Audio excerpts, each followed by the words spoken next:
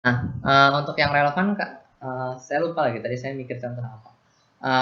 Pokoknya kalau untuk yang relevan itu adalah datanya tuh sesuai konteks yang ingin dianalisis. Jadi contohnya kayak gini nih.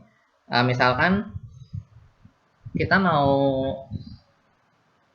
menganalisis data game gitu menggunakan data VG sales yang kemarin kita punya tuh. Jadi kita punya data dari penjualan, lalu kita mau menganalisisnya. Nah, data tersebut itu bagus tuh untuk menganalisis apa? Untuk menganalisis kayak misalkan game yang paling populer gitu. Kita bisa mengukur menggunakan apa? Mana game yang paling banyak dibeli, ya kan? Mana game yang penjualannya paling tinggi dan sebagainya.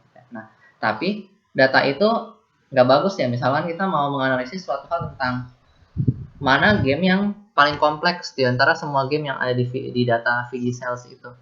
Tentu aja itu nggak cukup baik ya karena sekarang ya udah kita punya data dari penjualan, gimana kita mengukur kompleksitas gamenya. Kita nggak bisa langsung menarik kesimpulan kan bahwa oh kalau data game yang dibelinya sedikit sama orang berarti data gamenya itu kompleks, orang jadinya nggak suka. Kita nggak bisa menarik kesimpulan kayak gitu ya karena nggak ada data yang cukup mendukung ya. Jadi relevansi dari data juga penting ya.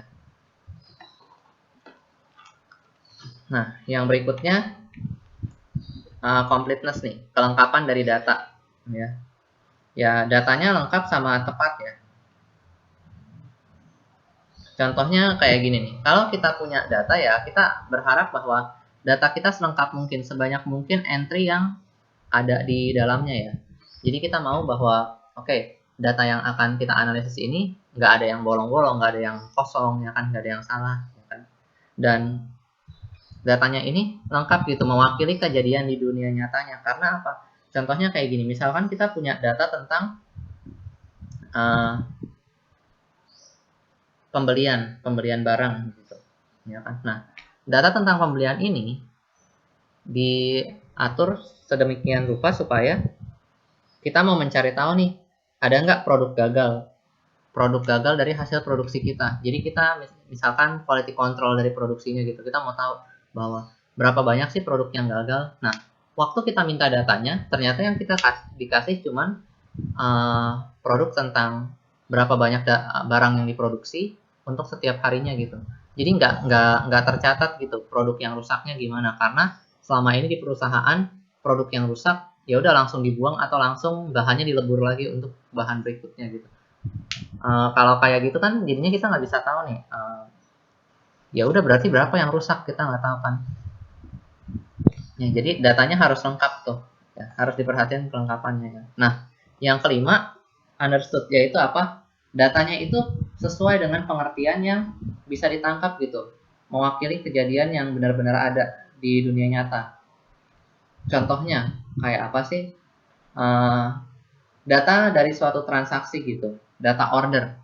Misalkan kita mau menganalisis nih, ada berapa banyak order yang dibatalkan lalu di arrange ulang gitu. Mungkin bukan dibatalkan ya istilahnya. Jadi kayak misalkan Irwin nih.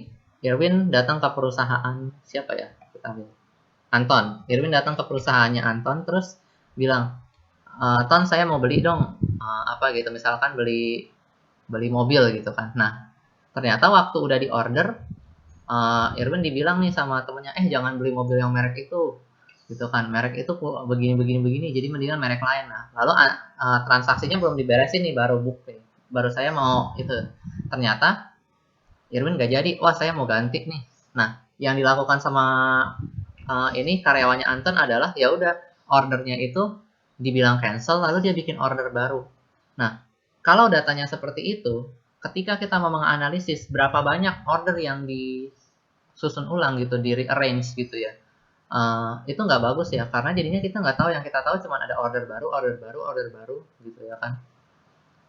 Jadi ya sebenarnya kan bagusnya apa? Ya udah order yang kemarin ada di rearrange aja dengan record order yang lama masih ada gitu kan. Jadi supaya ketahuan berapa banyak order yang dimodifikasi untuk kebutuhan lagi. Ya. Jadi yang dimaksud ya data yang kita punya harus dapat memaparkan kejadian di dunia nyata yang sebenarnya gitu. Karena kita inginkan ya hasil analisis kita kan mau digunakan di dunia nyata juga kan. Nah, yang terakhir tentu aja datanya dapat dipercaya ya. Datanya benar-benar data yang diambil secara objektif bukan secara subjektif, nggak ada perubahan entry yang dilakukan, nggak ada manipulasi dalam pengambilan data gitu. Karena bisa aja terjadi kayak gini nih. Ini contoh yang mungkin akan sering terjadi dan kalian bisa mungkin cari tahu dan banyak dengar gitu.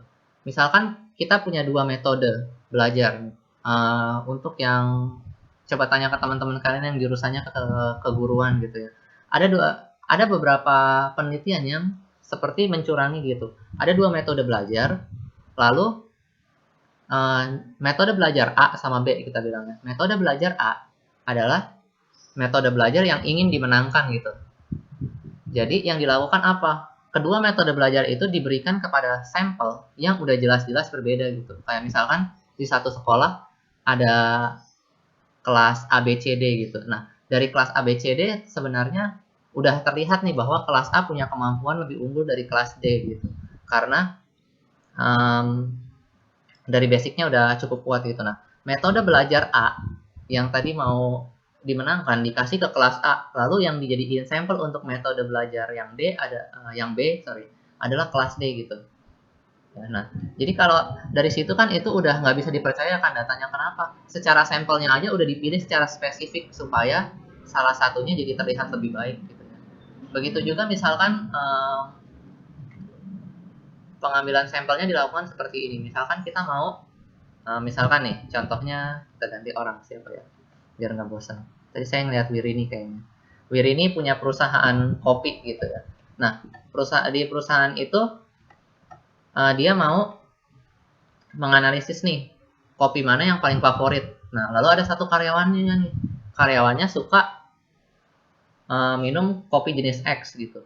Nah, ketika pengambilan data, dia dengan sadarnya sengaja memilih sampel yang lebih banyak orang yang suka kopi X supaya terlihat bahwa kopi yang X itu adalah kopi favorit gitu. Nah, itu juga datanya berarti nggak bisa dipercaya ya, ya kan? Karena secara subjektif dia memilih sampel, ya kan?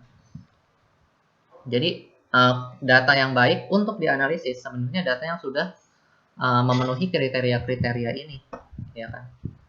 Nah, pada nyatanya nanti ketika kalian bekerja di suatu perusahaan, tentu aja database-nya nggak akan sesimpel kayak, oh saya mau menganalisis data tentang penjualan gitu. Terus kalian langsung ngambil satu database gitu, isinya semua tentang penjualan. Nggak sesimpel itu ya. Kalian akan punya banyak banget data yang kalian hadapi.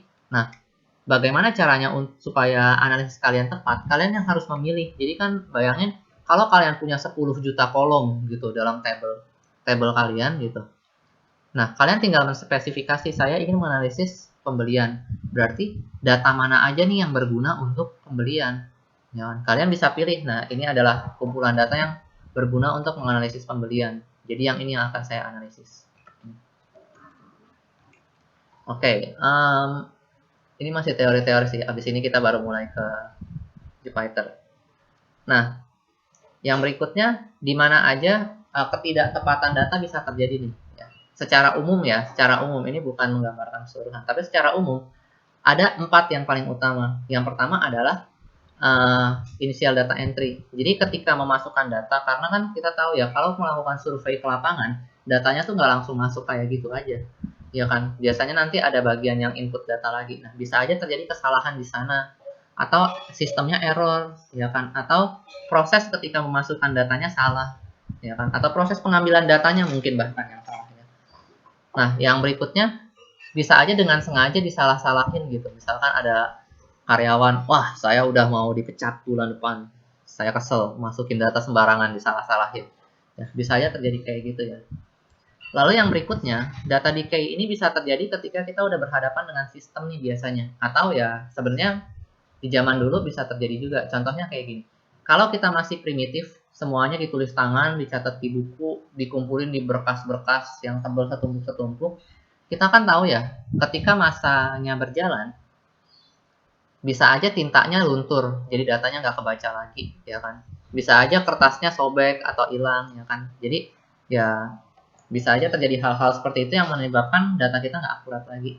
Kalau di sistem, ya kita tahu ya biasanya misalkan kalau kita punya server, bisa aja datanya kan lama-lama rusak ya. Kayak mungkin ada yang pernah memperhatikan nggak? Kalau kalian beberapa kamera handphone, kalau kalian foto ini apa namanya layar komputer itu kan biasanya bergaris-garis ya, walaupun masih kelihatan gitu.